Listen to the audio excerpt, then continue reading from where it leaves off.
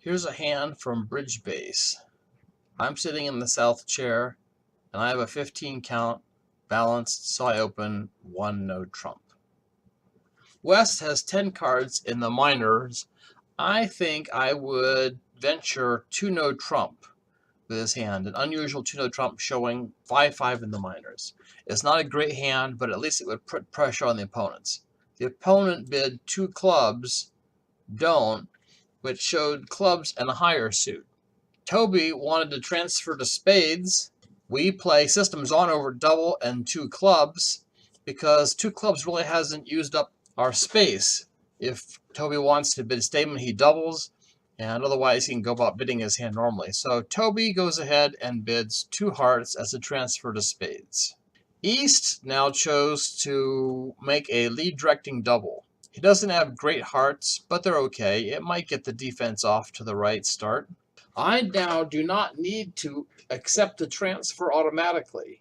You should not bid 2 spades here unless you have 3 of them. Reason being, if you only have 2, you might not want to play in a spade contract, and what better way to warn partner than by passing? So if you pass here, that basically shows you have 2 spades. So I was able to go ahead and bid 2 spades showing 3 trump, and that made our job a little easier. West now got a little suicidal with a 3 diamond bid.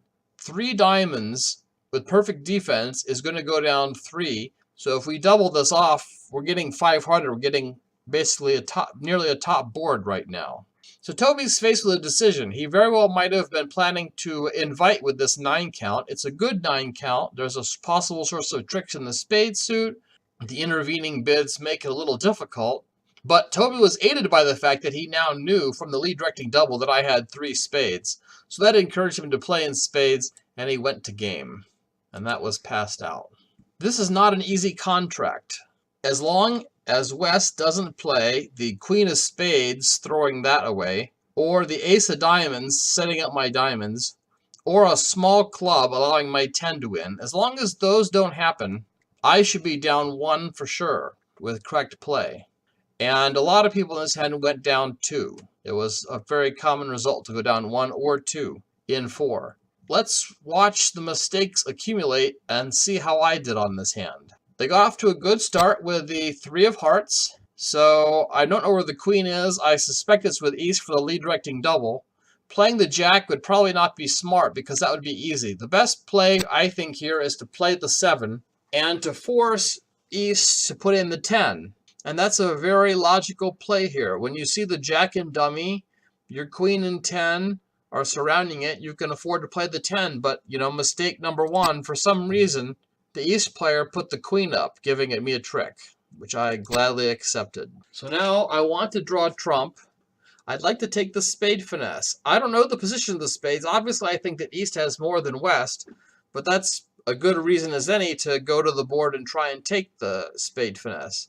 I'm going to try and get there with a diamond because I suspect the king and diamonds might be winning. So I go ahead and lead a diamond. And mistake number 2, the opponent hops up with the ace. As you can see, my suits are king third, opposite queen third, bear. As long as the defender doesn't hop up with the ace, if they hadn't set up my heart for a diamond pitch, I would certainly be losing 2 diamond tricks, except for this play. West has no logical reason to rise with the ace. Especially since I'm a no-trump opener, I should have at least 2 diamonds.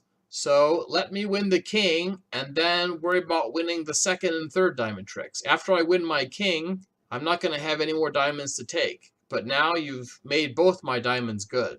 West now exits another heart, and I leave the jack of spades.